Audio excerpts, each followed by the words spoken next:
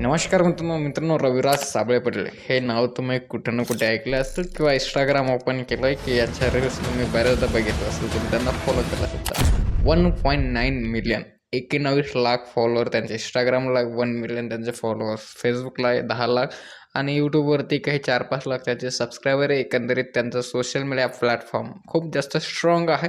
महाराष्ट्रात खूप एकंदरीत फेमस व्यक्तिमत्व म्हणून त्यांची आता ओळख आहे. परंतु ते वारंवार BJPलाच का टार्गेट करता, असा प्रश्न तर मला देखील इथे पडला असेल. अशा पद्धतीने टार्गेट करता येईल जर कधी चुकूनही अंधभक्तांच्या अर्थात अंधभक्तांच्या हाती ते सापडले ना, अरे कहना क्या चाहते हो? तर खोटं सांगत नाही यार, यांना पळणं मुश्किल होईल. कारण की कोणत्याही गोष्टीची लिमिट असते.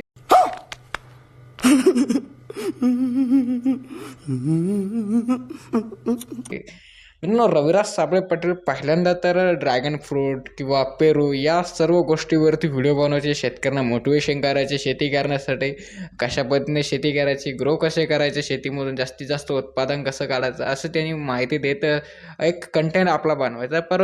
परंतु गेल्या काही 4-6 महिन्यापासून मागेल रविराज साबळे पटेल हे जे आहे की करंट अफेअर्स पॉलिटिकल ह्या कंटेंटवरती खूप जास्त बोलतात. करंट अफेअरवरती, आणि करंट अफेअर कोणतं आहे? फक्त BJPचा अजेंडा बाहेर काढणे, BJPचा काळा बाजार उघडा करणे, एकंदरीत ते सर्व काही. परंतु गेल्या काही दिवसापासून जर कधी तुम्ही त्यांच्या रील्स बघितल्या असेल, ज्या की तुम्ही प्ले करणार आहे, थोडक्यात तुम्ही बघू शकता. आलो अंडुल्या भक्तांना मिरची लावायला. कायला टेन्शन घेता तुम्ही सगळ्यांनी मिळूनच एक अनपढ आपल्या भारताच्या गादीवरती बसवला आणि त्याला महान वैज्ञानिक बनवलं. आपल्या देशावरती LPGचं संकट येण्याआधीच साहेबांकडे एक नुस्खा होता, नालीमधून गॅस तयार करायचा. किसी छोटे से नगर में नाले के पास कोई चाय का ठेला लेकर के खड़ा रहता था, चाय बना करके बेचता था, और वहीं पर एक नाली, गंदी नाली जाती थी.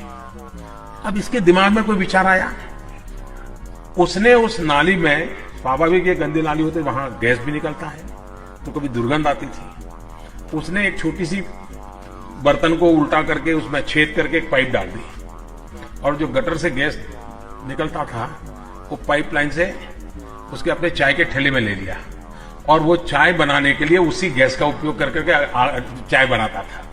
सिंपल सी टेक्नॉलॉजी. संसदेमधून नरेंद्र गायब, देशामधून सिलेंडर गायब.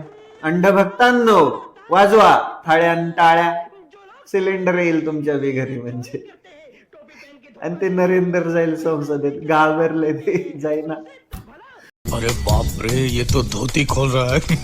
तर जसं की मित्रांनो, ह्या रील्समध्ये फक्त त्यांचा एक शब्द खूप कॉमन इथे झाला आहे आणि डेली ते त्याचा वापर यूज करत असतात, ते म्हणजे अंधभक्त.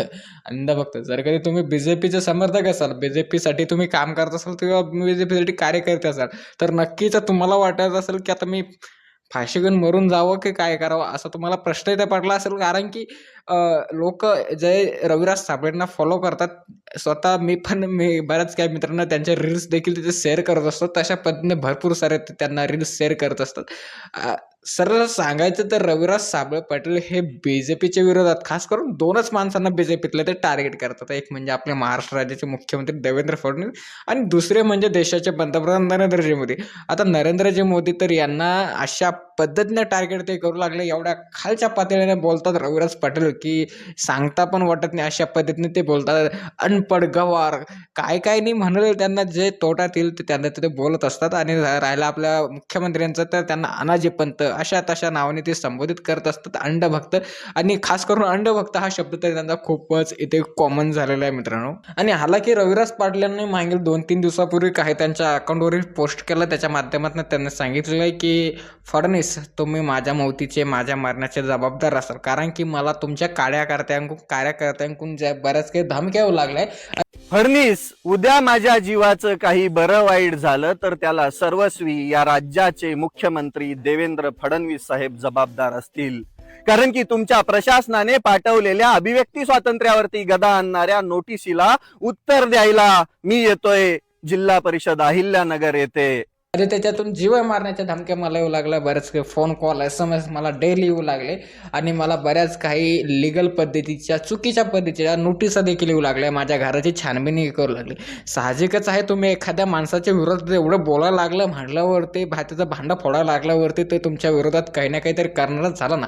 हे सोशल मीडियावरती बोलत असताना थोडक्यात भान ठेवून तिथे बोलावं लागतं, कारण की रविराज पाटलांकडे तर ऑलरेडी खूप मोठी सिक्युरिटी त्याने, जसे की मुख्यमंत्र्यांना PM CM लोकांना असते तशा पद्धतीचे. साहजिकच आहे, जर कधी त्यांच्या कार्यकर्त्यांना तुम्ही सापडे काढे करते तुमचे असे हाल करेल की सांगता काही होणार नाही. मी तुम्हाला सुरुवातीलाच व्हिडिओमध्ये बोलत असताना सांगितलं, या व्हिडिओतून सांगायचं फक्त हेच आहे की रविराज पाटील एकंदरीत इतकं भारी काम इथे सध्या करू लागले ना सोशल मीडियावरती, खास करून शेतकऱ्यांचा, गोरगरीब कष्टकरी लोकांचा आवाज म्हणून ते बोलू लागले, जे कोणी बोलण्याची हिंमत करत नाही किंवा कोणची हिंमतच होत नाही या व्यवस्थेच्या विरोधात बोलण्याची. ती हिंमत फक्त रविराज पाटील त्यांच्या अकाउंटवरती दाखवू लागले, इंस्टाग्राम अकाउंट असो, फेसबुक असो, इतर बऱ्याच काही न्यूज सोशल मीडिया प्लॅटफॉर्म ते दाखवू लागले. परंतु हे बोलत असताना एक गोष्ट त्यांनी देखील लक्षात ठेवायला पाहिजेत, कारण की हे सोशल मीडिया युग आहे, जसं दिसतं तसं काहीच नाही. जर कधी तुम्ही चुकूनही अंधभक्तांच्या हाती लागले ना, तर मग तुमची गय ते करणार नाही.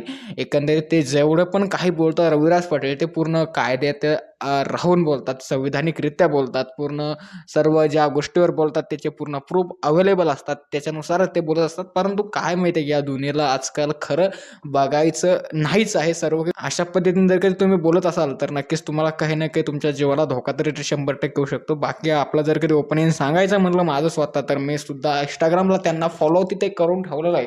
गेल्या मागे 4-6 महिन्यापासून किंवा 1 वर्षापासून त्यांना मी फॉलो करून ठेवलं आहे. त्यांचे व्हिडिओज मी डेली बघत असतो. खूप चांगले व्हिडिओ शेतकऱ्यांसाठी ते बनवतात.